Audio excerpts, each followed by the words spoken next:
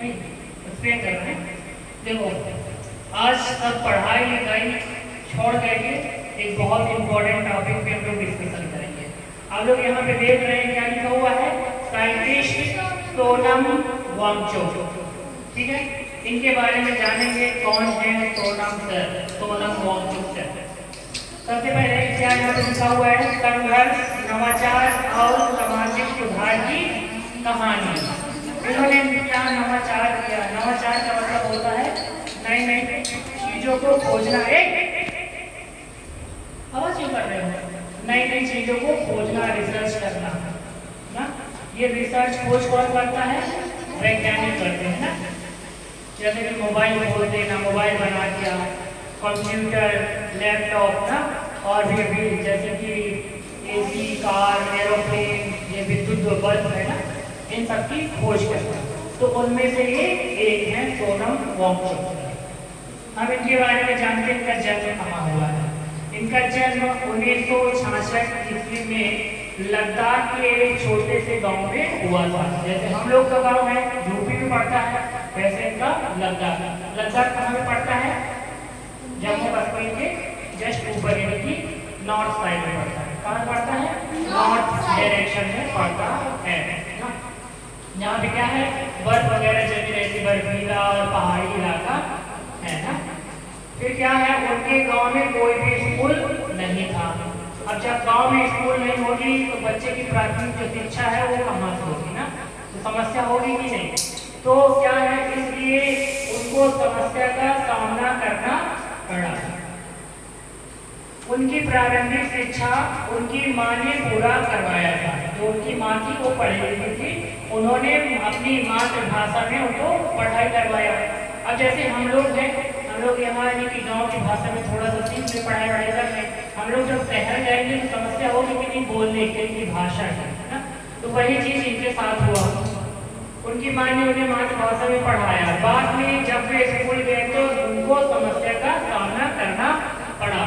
हर किसी को करना पड़ता है। हम लोग यहाँ गाँव में पढ़ते हैं, जब शहर में पढ़ने जाते हैं, कोचिंग वगैरह या यूनिवर्सिटी कॉलेज में जाते हैं तो समस्या का सामना करना पड़ता है। क्योंकि हम लोग एकदम शुद्ध गाँव की भाषा, देहाती भाषा बोलते हैं ना, बहुत शुद्ध हिंदी बोलते हैं ना। तो वहाँ पे इंग्लिश लोग बोल रहे हैं, या इंग्लिश पूरा नहीं बोल रहे हैं तो आधी हिंदी आधा इंग्लिश बोल रहे हैं, तो बहुत ज़्यादा प्रॉब्लम होती है।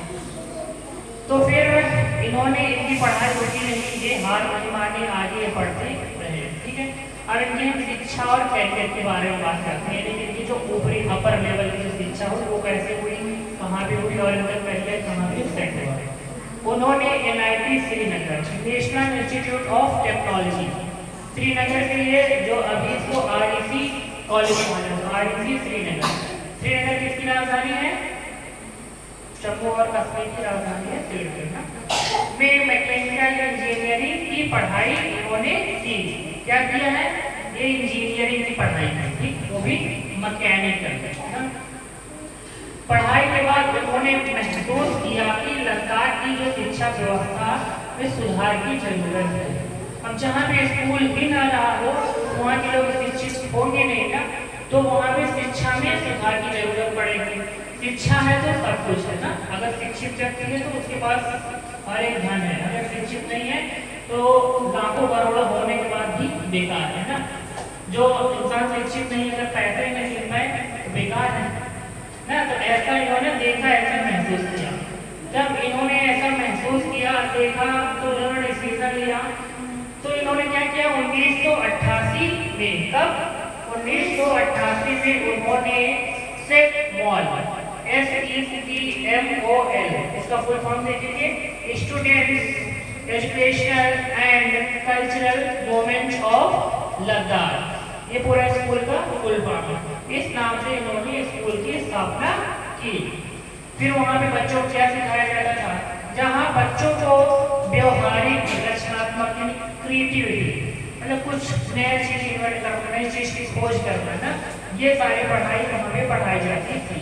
व्यवहारिक, रचनात्मक और जीवन उपयोगी, यानी कि जीवन में जो जरूरतें हैं वैसी पढ़ाई यहाँ पे पढ़ाई जाती थी। लद्दाख में अब क्या था, लद्दाख में पानी की कमी बहुत थी। जब पानी की समस्या थी तो पानी की समस्या को दूर करने के लिए इन्होंने एक टेक्नोलॉजी, एक तकनीक विकसित की थी जिसका नाम था आइस स्तूपा। क्या नाम था? आइस स्तूपा या स्तूपा। ठीक, उस वो अब इस टेक्निक के बारे में जानते हैं। टेक्निक आखिर में क्या था? एक स्तंभ के आकार के, मान लो कि एक कंटेनर था, ना कंटेनर ही मानेंगे, स्तंभ के जैसे।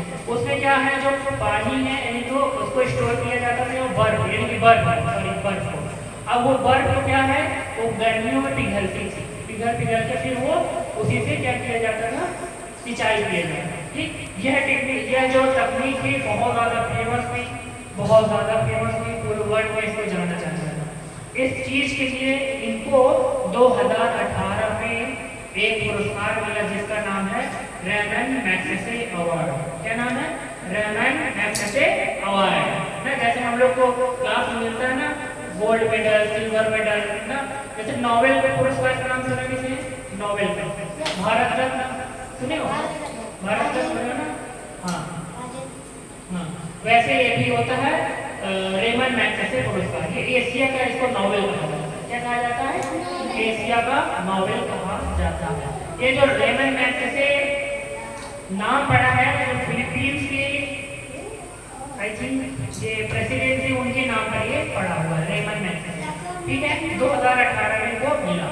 और ये लद्दाख के यानी कि वहाँ की शिक्षा व्यवस्था और जो क्लाइमेट चेंज यानी कि जो जलवायु परिवर्तन हो रहे हैं, पर्यावरण है, इन सब मुद्दों पर क्या है, ये हमेशा प्रयास करते रहते हैं। इन सब पर क्या करते हैं? सुधार करते रहते हैं। तो अभी प्रेजेंट में क्या है, दिल्ली जंतर मंतर पे भूख हड़ताल पे बैठे हुए हैं। अब क्यों बैठे हुए? आज 18वां दिन है जो बैठे हुए। अभी जो हम लोग के एग्जाम होते हैं स्टूडेंट के, चाहे वो नीट हो, टीचिंग का हो और SSC हो, रेलवे हो, ये जो लीक हो जा रहे हैं, पेपर सही से हो नहीं रहा है और बच्चे सुसाइड कर ले रहे हैं, अपनी जान दे रहे हैं, डिमोटिवेट हो जा रहे हैं, इतना गलत हो रहा है ना। तो बड़े बड़े लोग हैं, वो लोग पैसे दे के जो अपना नाम का आजाद अपना कर रहे हैं, उन सबके खिलाफ, उन सबको यानी कि करोड़ों बच्चों को न्याय दिलाने के लिए दिल्ली जंतर मंतर में 18 दिन हो गए बैठे हुए। ठीक, तो हम सबका क्या दायित्व बनता, हम सब क्या रिस्पॉन्सिबिलिटी बनती है, उन लोग को क्या करना चाहिए? अभी तो हम लोग सब छोटे हो, आप लोग छोटे हो, वहाँ पहुँच नहीं सकते हो, नहीं पहुँच सकते ना। तो मोबाइल है ना, मोबाइल में देखो, सुनो, उनके बारे में जानो, कम से कम 10-5 लोगों के पास शेयर करो, अपने मम्मी पापा को दिखाओ, मम्मी देखो उनके सर है वहाँ पे इतनी उम्र में, लेकिन बूढ़े ठीक है, उनके शरीर में कुछ नहीं बचा है, कुछ बचा मतलब कोई एनर्जी नहीं बची हुई है एकदम। अब होता है ना, जैसे हम लोग एक दिन खाना नहीं खाएंगे, काम चल जाएगा, 2 दिन नहीं खाएंगे, फिर क्या होता है, जब नहीं खाएंगे तो हमारे शरीर में जो मांसपेशियाँ हैं ना, शरीर मांसपेशियों को ही खाने लगता है, वहीं से अपने एनर्जी लेने लगता है, तो वो हालात हो जाए। तो ये काम करना आप लोग को शेयर करना है। ठीक है, बाकी 20 जुलाई को वहाँ पे महाआंदोलन है, वहाँ पे मैं भी जा रहा हूँ, फिर वहाँ से वीडियो वगैरह बनाऊंगा, तो आप लोग देखिए और फिर शेयर करते रहिए। ठीक है, कब जाना है? 20 जुलाई को है, जरूर देखना।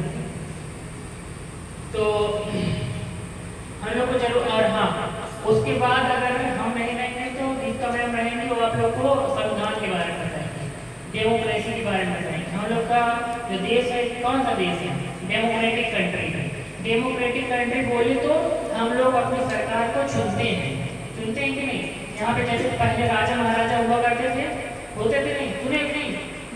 राजा महाराजा रहते थे, अगर ये उनके पापा राजा थे, उनका बेटा होगा वो भी राजा।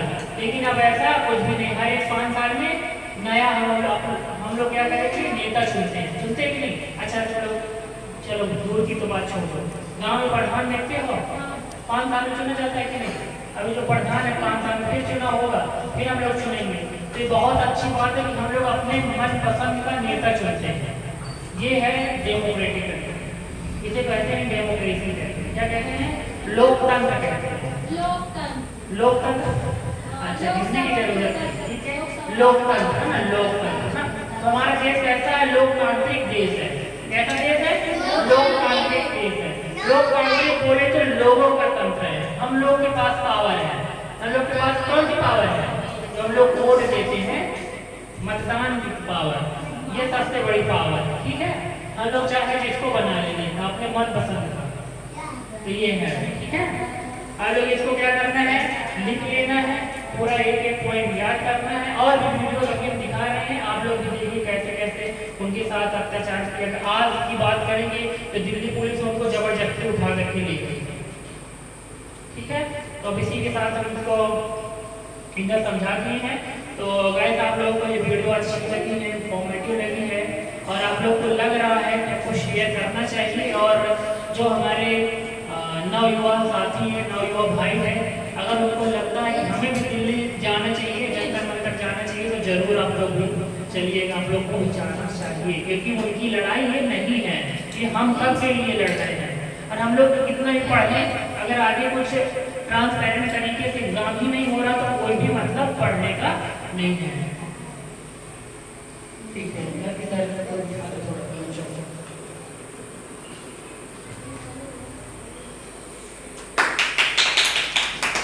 ये अलग है ना।